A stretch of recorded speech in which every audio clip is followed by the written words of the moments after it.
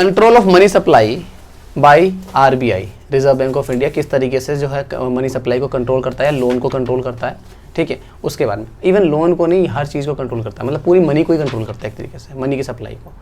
भाई लोन को कंट्रोल करने का मतलब कि लोन नहीं दिया जाएगा या लोन दिया जाएगा, ये हो गया। बट आपकी जेब में रखा हुआ पैसा भी आरबीआई खींच सकता है, ठीक है। हम लोग पढ़ेंगे इसके अंदर कि पॉइंट्स किस तरीके से, ठीक है। तो जो आरबीआई का जो कंट्रोल सिस्टम होता है, किस तरीके से कंट्रोल मैकेनिज्म इसका काम करता है, ठीक है, उसके अंदर दो मेथड होते हैं, ठीक है। पहला है क्वांटिटेटिव और दूसरा है क्वालिटेटिव,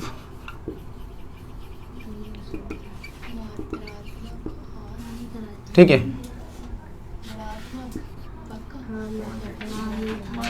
क्या लिख दिया? क्वालिटेटिव, देखो जी, डबल एल है, ठीक है। हाँ, तो क्वांटिटेटिव है और क्वालिटेटिव है। क्वांटिटेटिव के अंदर क्या होता है, इसके अंदर कि हम लोग पहले पॉइंट पढ़ने जा रहे हैं बैंक रेट, है ना, ठीक है ना। अब जरा समझिए एग्जाम में क्वेश्चन कैसे पूछता है कि बैंक रेट जो है, इस टूल को, ये क्या है, टूल्स पढ़ रहे हैं हम लोग, ठीक है। ये टूल मनी सप्लाई को किस तरीके से कंट्रोल करता है और इसका क्या मीनिंग है, ये समझाइए, ठीक है। तो ये पूरा पूछ सकता है इसके बारे में, शॉर्ट नोट पूछता है 3-4 नंबर में, ठीक है। देखिए जरा, बैंक रेट का पहले तो डेफिनेशन समझेंगे कि डेफिनेशन क्या होता है, ठीक है, और उसके बाद समझेंगे कि ये किस तरीके से वर्क करता है, ठीक है जी। जरा देखिए, ये आरबीआई है,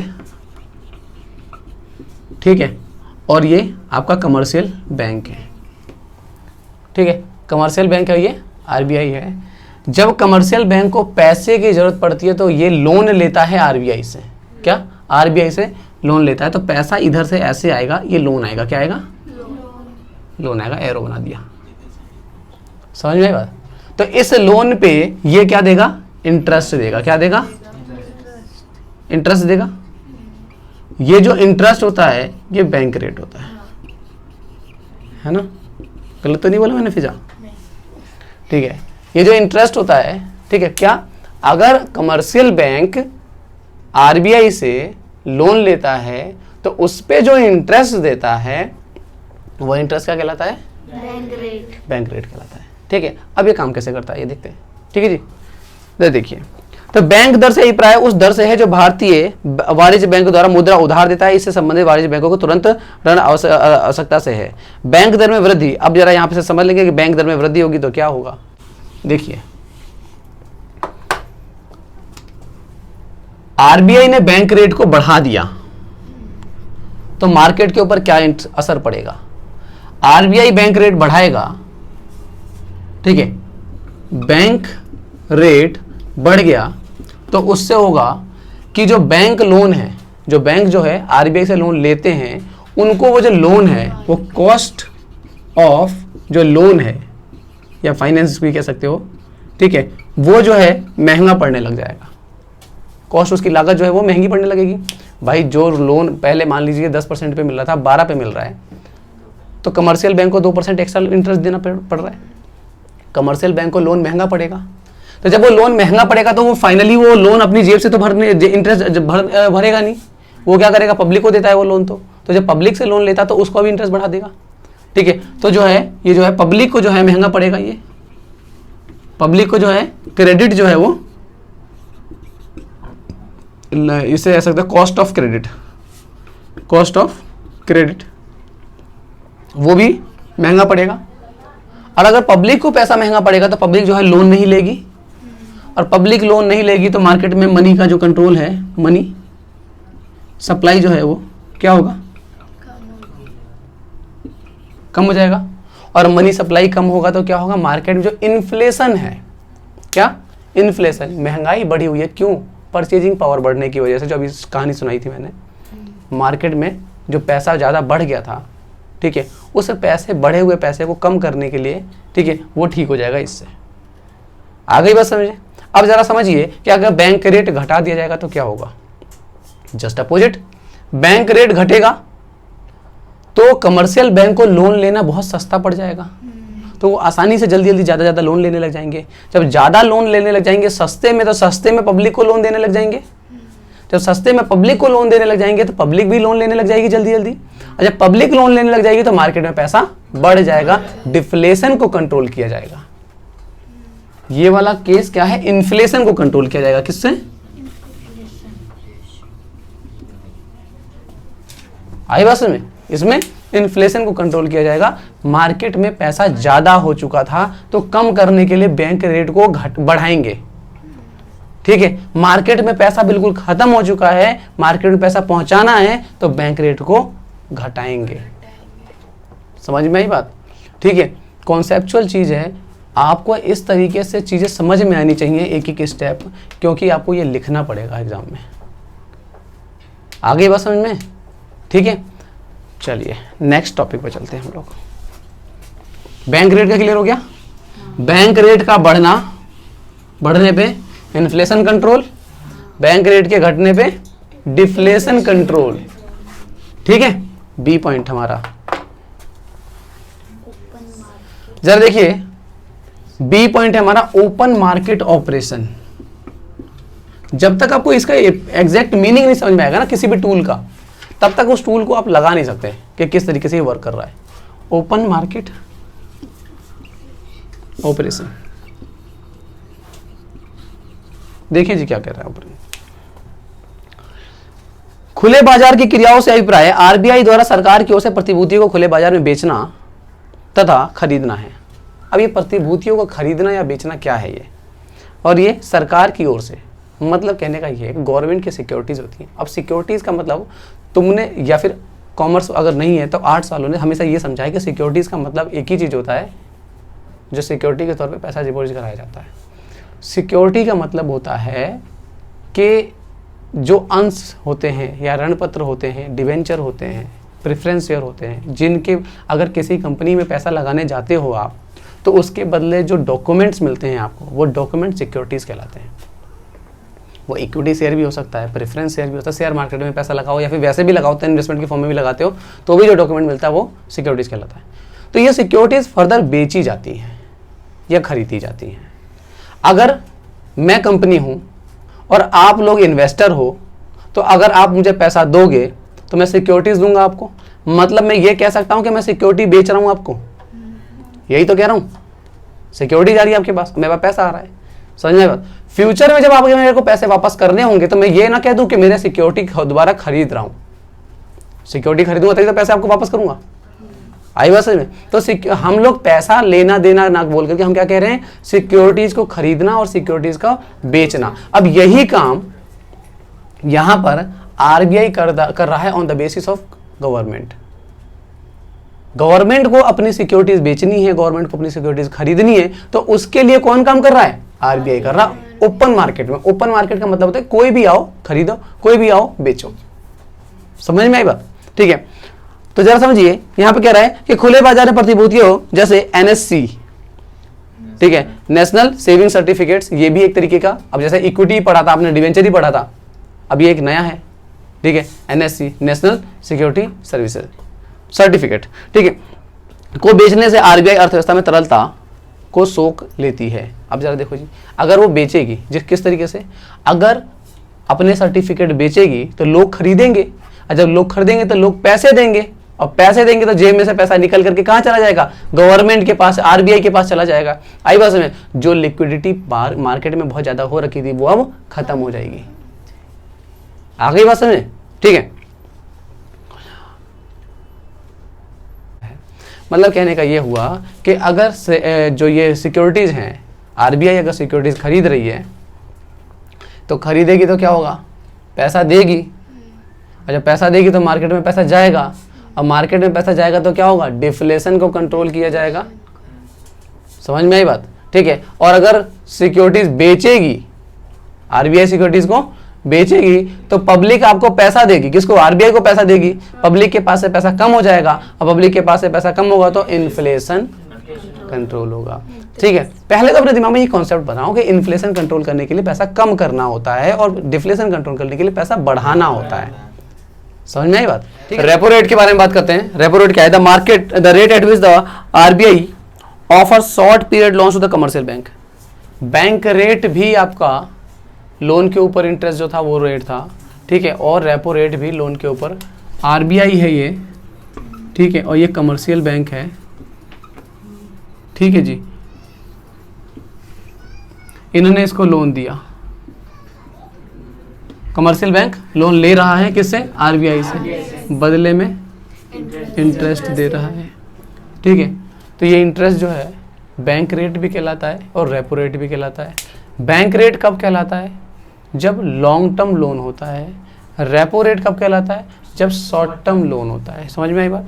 ठीक है। तो रेपो रेट कब लगता है? जब आरबीआई से कमर्शियल बैंक लोन लेता है शॉर्ट पीरियड के लिए, छोटे टाइम के लिए, कम टाइम के लिए लोन लेता है, उस पर जो इंटरेस्ट लगता है वो रेपो रेट लगता है, ठीक है जी। तो देखिए, offer the short period loan to the commercial bank by buying the government security in the open market का रेपो रेट। किस तरीके से? मतलब गवर्नमेंट सिक्योरिटीज परचेज करके कमर्शियल बैंक क्या करता है कि इसको अगर पैसे की जरूरत है, ठीक है, तो ये क्या करेगा, अपने आरबीआई की सिक्योरिटीज को आरबीआई को बेच देगा, ठीक है। लोन लेना है पर इसके उस सिक्योरिटी के पर्पज से कुछ ना कुछ रखना पड़ता है यहाँ पे, ठीक है। In fact, it is a repurchase rate. Repurchase rate is assigned by both the parties, stating that the securities will be repurchased by the commercial bank on the given date at the predetermined price. देखो जी, क्या कहा जाता है कि ये commercial bank जो है वो दोबारा परचेज कर लेंगे फ्यूचर में। परचेज कर लेंगे तो पैसे वापस कर देंगे।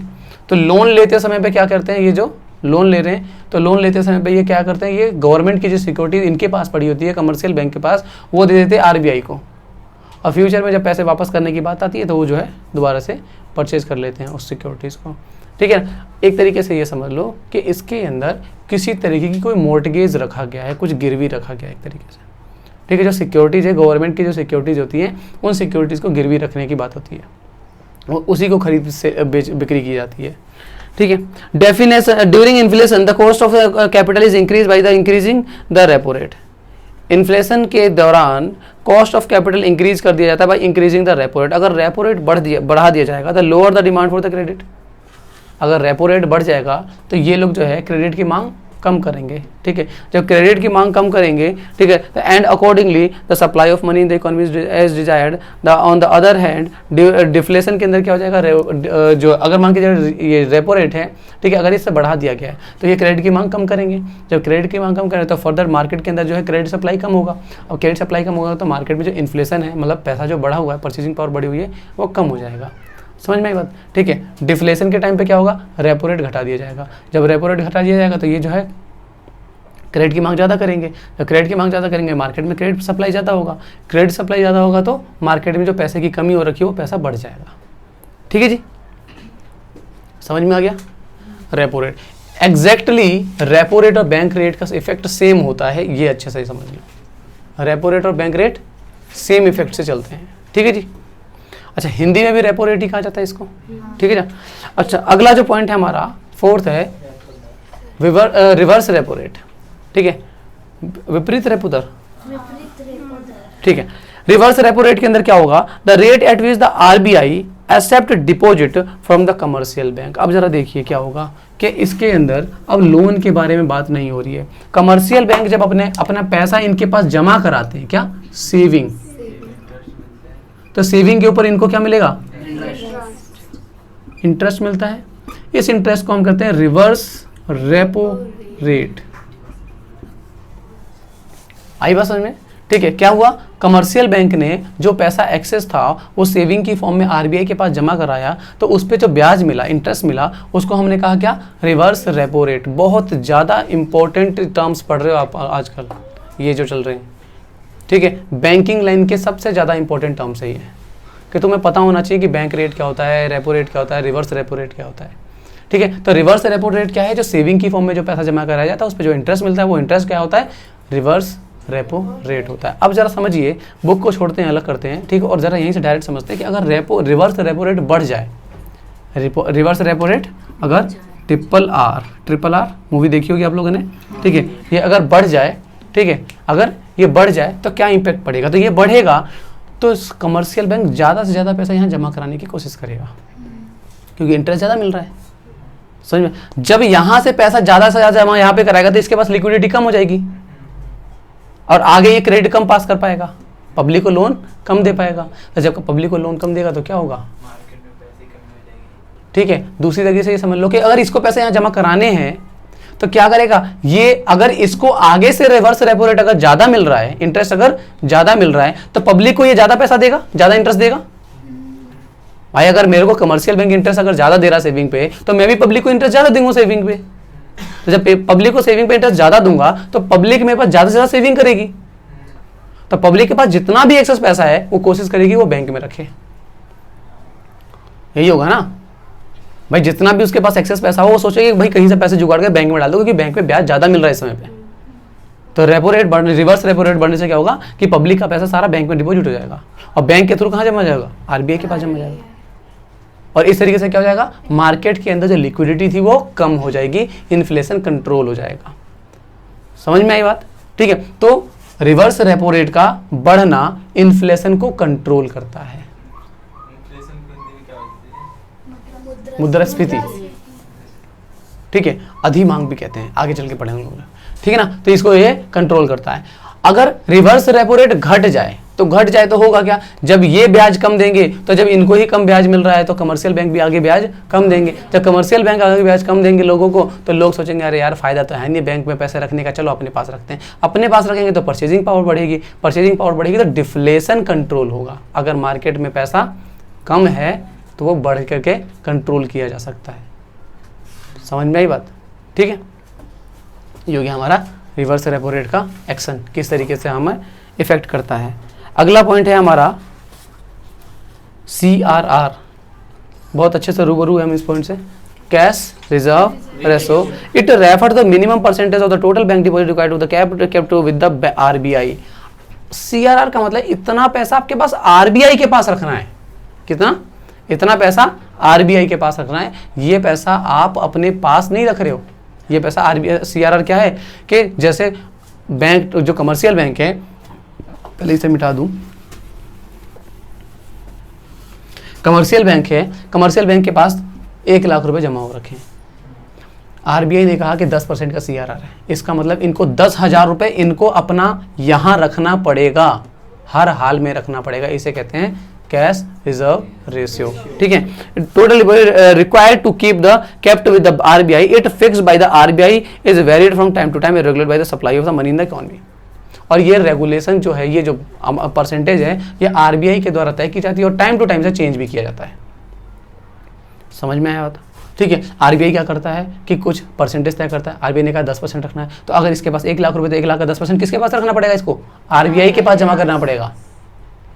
समझे? और अब जरा सोचिए, अगर RBI इस परसेंटेज को बढ़ा दे, CRR को बढ़ा दे, तो होगा क्या कि इनको ज़्यादा पैसा यहाँ रखना पड़ेगा। इनको जब यहाँ पैसा ज़्यादा रखना पड़ेगा तो अपने पास पैसा कम हो जाएगा। जब अपने पास पैसा कम हो जाएगा तो सामने फर्दर पब्लिक में ये लोन या क्रेडिट के फॉर्म में जो पैसा जो है वो कम दे पाएंगे, तो इन्फ्लेशन कंट्रोल हो जाएगा।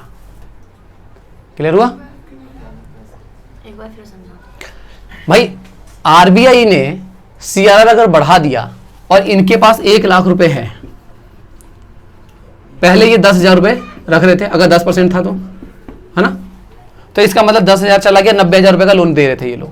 अगर बाई चांस इसको 10 करके 20% कर दिया तो अभी इनको 20,000 रुपए रखना पड़ेगा, तो इनके पास सिर्फ 80,000 रुपए बच जाएगा 1 लाख में से 80, तो 80 का ही लोन दे पाएंगे, मतलब कम लोन दे पाएंगे।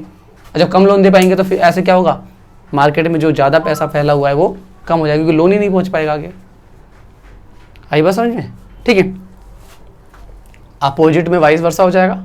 क्या होगा कि अगर घटा देते हो तो इनके पास ज़्यादा पैसा बचेगा, और ज़्यादा पैसा बचेगा तो ये ज़्यादा लोन दे पाएंगे, तो डिफ्लेशन कंट्रोल होगा। भाई कमर्शियल बैंक को भी इंटरेस्ट मिलता है भाई? बिल्कुल मिलता है। अभी क्या बताया रिवर्स रेपो रेट? जो भी आपने बताया था, इसको कंपलसरी 20% रखना पड़ेगा RBI को। हाँ मिलेगा, ऑब्वियस बात है। तुमको कंपलसरी जो 5,000 रुपये बैंक में अकाउंट में मेंटेन करना पड़ता है मिनिमम बैलेंस का, उस पर इंटरेस्ट नहीं मिलता? मिलता है ना। ठीक है। अगला है हमारा SLR।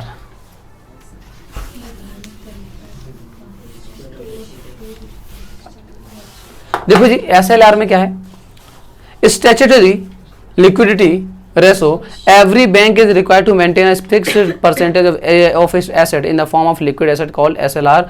The liquid asset, cash, gold and unencumbered approved securities. The rate of SLR is fixed by RBI is varied from time to time. अब जरा देखो, SLR का मतलब है कि जितनी भी एसेट है आपके पास, चाहे वो कैश हो, चाहे वो गोल्ड हो, चाहे वो कोई सिक्योरिटीज हो, टोटल एसेट का कुछ परसेंटेज आपको अपने पास ही हमेशा कैश की फॉर्म में रखना होता है। इसे कहते हैं SLR, स्टैट्यूटरी लिक्विडिटी रेशो, ताकि आपकी लिक्विडिटी बनी रहे, कोई भी कस्टमर आए तो उनको पैसा आसानी से मिल पाए। समझ में आई बात? ठीक है, तो क्या है ये SLR है जो आपको हमेशा मेंटेन करके चलना पड़ता है। ठीक है, तो इस मेंटेन ये जो अमाउंट है, ठीक है, ये परसेंटेज जो है ये भी RBI डिसाइड करता है। ठीक है, RBI तय करता है, अगर RBI चाहे तो वो बढ़ा सकता है, RBI चाहे तो वो घटा सकता है। ठीक है जी, तो SLR के बारे में बात कर लेते हैं। तो RBI अगर SLR बढ़ा देता है, ठीक है, SLR को अगर बढ़ा देता है, क्या परेशानी है तेरे को? आधे घंटे से देख रहा हूं तो स्माइल ही करता रहता है। हाँ, क्या ऐसी बात चल रही है तेरे मन में? हैं? अबे कुछ तो मन चल रहा है तेरे मन में। पानी खत्म हो गया। उधर बोतल है तो सही है? पता नहीं, एक बोतल लाए थे, खत्म हो गया। आधा था वो। अब बाद में ले आना। मैं बाद मुंह ही ऐसा है या क्या है? हमेशा ऐसे करके रखता, पेन नहीं होता यहाँ पे। मैं सोच रहा हूँ कि कर क्या रहा है ये, मतलब क्यों मुस्कुरा रहा है ये बार बार? देखो मैं डिस्टर्ब हो जा रहा हूँ जब उसके ऊपर नजर पड़ रही है कि क्या बोल रहे हैं। कौन सी खुशी मिल गई है इसको आज? घर में कुछ चुरा के खा के आया होगा। ये इसकी मैम ने इसके प्रैक्टिकल के नंबर दे दिए इसलिए। किसके? मैम खुश थी आज हमारी। क्यों? अब कौन से प्रैक्टिकल के नंबर? कल बहुत सुनाई दिया है। कल हमें इतने बहुत दिनों से खड़े कर दिए थे, 8 में से 8 नहीं आते, 5 को खड़े किए थे, बहुत सुनाया। टोटल 8 बच्चे हो तुम? शाबाश। पूरे स्कूल का नाम वही है। अब उसमें तू टॉप मार देता होगा। हैं? उसमें भी नहीं मार पा रहा? 8 बच्चों में टॉप नहीं मार पा रहा तू? 8 में तो गर्ल्स भी तो है। हाँ, तो गर्ल्स कितनी है? गर्ल्स से 28 है। फिर तो ज्यादा हो गए। फिर तो बहुत सारे हो गए। हाँ, हमारे 66 गर्ल्स बस। चलो मर्जर और एक्विजिशन हम लोग सेकेंड ईयर में पढ़ेंगे, अभी फिलहाल हम लोग ये पढ़ लेते हैं। तो SLR के बारे में बात कर रहे थे हम। ठीक है, SLR क्या होता है कि जितनी भी एसेट है आपके पास, टोटल एसेट, उस एसेट, ठीक है, उस एसेट का कुछ परसेंटेज जो है जो RBI तय करती है, ठीक है, वो परसेंटेज आपको जो है अपने पास ही मेंटेन करना पड़ता है, मतलब बैंक को अपने ही पास करना पड़ता है, इसे RBI के पास जमा नहीं कराना है। ठीक है, हमेशा आपके पास इतना होना चाहिए, वो कहलाता है स्टैट्यूटरी लिक्विडिटी रेशियो। ठीक है जी, और ये जो है गवर्नमेंट RBI के द्वारा फिक्स की जाती है। ठीक है, हम लोग ये पढ़ रहे थे कि अगर SLR बढ़ा दिया जाता है, अगर SLR बढ़ा दिया जाता है तो क्या होगा? ठीक है, स्टैट्यूटरी लिक्विडिटी रेशियो बढ़ा देंगे तो इनको अपना कुछ रिजर्व, जो परसेंटेज ऑफ रिजर्व था, वो अलग ज़्यादा रखना पड़ेगा, और ज़्यादा रखना पड़ेगा तो लोन की फॉर्म में पैसा देने के लिए आपके पास कम हो जाएगा, और जब कम हो जाएगा तो मार्केट से इन्फ्लेशन को कंट्रोल किया जाएगा इससे। ज्यादा पैसे ना मार्केट में। अगर तू बेवकूफ़ है तो इसका मतलब क्या है? हम भी बेवकूफ़ बनते रहे बार बार एक ही बात को बोल बोल के। भैया मैंने फर्स्ट टाइम पूछा है भाई। 4 बार तो अभी पूछा, अभी तो किसी थोड़ी देर पहले किसी ने पूछा था, पता नहीं कैसा। पल्लवी, मैंने क्या पूछा? मैंने तू अलग से पूछेगा। पंकज ने नहीं क्या है। ठीक है जी, अगला आ जाता है हम लोग, देखो जी, ये हमारे टॉपिक खत्म हो गए। कितने हैं हमारे? 6 टॉपिक है, 6 पॉइंट हैं। ठीक है, बहुत ज़्यादा इंपॉर्टेंट है। क्वांटिटेटिव एलिमेंट्स के अंदर आते हैं, क्वांटिटेटिव टूल्स के अंदर आते हैं। ठीक है, आ जाता है हमारा क्वालिटेटिव टूल्स। ठीक है, अब ये क्वालिटेटिव इंस्ट्रूमेंट कौन कौन से होते हैं उसके अंदर बात करते हैं। 3 ही पॉइंट है मेरे ख्याल से। हाँ, 3 ही पॉइंट होता है, चैप्टर खत्म है हमारा। ठीक है, क्वालिटेटिव, हाँ जी, देखिए क्वालिटेटिव कंट्रोल के अंदर कौन सा है? पहला है आपका मार्जिन रिक्वायरमेंट। अब ये मार्जिन रिक्वायरमेंट क्या होता है, पहले इसको समझिए। मार्जिन रिक्वायरमेंट क्या था, जैसे आपको अगर 10,000 रुपए का लोन लेने जाना है तो आपको गिरवी सामान कितने का रखना पड़ता है, उससे ज्यादा का। ठीक है, आप कभी भी उससे कम का गिरवी नहीं रख सकते, उससे ज्यादा का गिरवी रखना था। जैसे मान के चलिए आपने 15,000 रुपए का गिरवी रखा, तो जो 5,000 का जो डिफरेंस अमाउंट हुआ ना, इसको हम लोग मार्जिन रिक्वायरमेंट कहते हैं, ये जो 5,000 रुपए का रिक्वायरमेंट। ठीक है, तो अगर मार्जिन रिक्वायरमेंट अगर बढ़ा दी जाए, अब जैसे बोला कि भाई 10% की जगह 20% रखना पड़ेगा, तो अगर 1 लाख का सामान है, 1 लाख का लोन लेने जा रहे हो, तो आपको जो सामान जो है वो 1,20,000 रुपए का कोई गिरवी रखना पड़ेगा, 20% की रिक्वायरमेंट हो गई। ठीक है, पर अगर घटा के अगर 5% कर दिया जाए तो होगा क्या कि 1 लाख के लोन के लिए 1,05,000 रुपए का आपको गिरवी रखना पड़ेगा सामान। ठीक है, तो अगर मार्जिन रिक्वायरमेंट अगर बढ़ा देते हो तो लोग लोन कम ले पाएंगे, कमर्शियल बैंक भी लोन कम ले पाएगा, पब्लिक कम लोन ले पाएगी, मार्केट में मनी जो ओवरफ्लो हो रखी है वो कम हो जाएगी। समझ में आई बात? यही अगर मार्जिन रिक्वायरमेंट अगर घटा देते हो तो क्या होगा कि आसानी से लोग अफोर्ड कर पाएंगे लोन को। ठीक है, जब लोन अफोर्ड कर पाएंगे तो जो है आसानी से लोन मिल जाएगा उनको, जो लोन मिलेगा तो मार्केट में पैसे के जो फ्लो जो है बढ़ जाएगा, तो डिफ्लेशन कंट्रोल होगा। ठीक है जी, ये मार्जिन रिक्वायरमेंट हो गया। अगला पॉइंट था हमारा राशनिंग ऑफ क्रेडिट, राशनिंग कर देना, कुछ कोटा तय कर देना कि भाई इतने कोटे तक ही आप लोन दोगे। बोल दिया कि भाई आप 2 लाख 2 करोड़ 2,000 करोड़ इतने तक का लोन इकोनॉमी में प्रोवाइड करो, उसके बाद रोक दो। ठीक है, या फिर ये तय कर देना कि भाई इस सेक्टर को लोन दो, इस सेक्टर को मतलब private sector, public sector, primary sector, secondary sector, tertiary sector, ऐसे है ना, एग्रीकल्चर में प्राइमरी में आता है। ठीक है, तो किस सेक्टर को लोन देना है, किसको नहीं देना है, इस तरीके से भी जो है राशनिंग की जा सकती है। ठीक है ना, तो ये जो है आपका कौन करता है डिसाइड, आरबीआई। अगला है मोरल सजेशन। इसमें क्या है कि एक सजेशन दिया जाता है, मोरल सजेशन दिया जाता है किसके द्वारा, आरबीआई के द्वारा बैंकों को, कि भाई आप जो है इन्फ्लेशन चल रहा है, इस समय पे जो है मार्केट में बहुत ज्यादा परचेजिंग पावर बढ़ी हुई है, लोगों के पास बहुत ज्यादा पैसा हो गया, इस समय एक काम करो कि आप लोन देना बंद कर दो, या मिनिमम लोन दो, जितना हो सके उतना कम लोन दो। समझ में आई बात? इसी तरीके से डिफ्लेशन के टाइम पे कहा जाता है कि भाई आप जो है ज्यादा से ज्यादा लोन देने की कोशिश करो, जो लोग लोन के लिए एलिजिबल हो पा रहे हैं और जो कुछ कमियां रह जा रही है तो उनको भी लोन दे दिया जाए। अगर कुछ कमियां रह जा रही है लोन लेने में, कोई परेशानी आ रही है तो उनको भी लोन प्रोवाइड करा दो, ताकि जो है मार्केट में डिफ्लेशन को कंट्रोल किया जा सके। मार्केट में पैसा नहीं है, वो पैसे की फ्लो बढ़ेगा तो हमारा जो है इकोनॉमी स्टेबल हो जाएगा। ठीक है, ये पॉइंट है।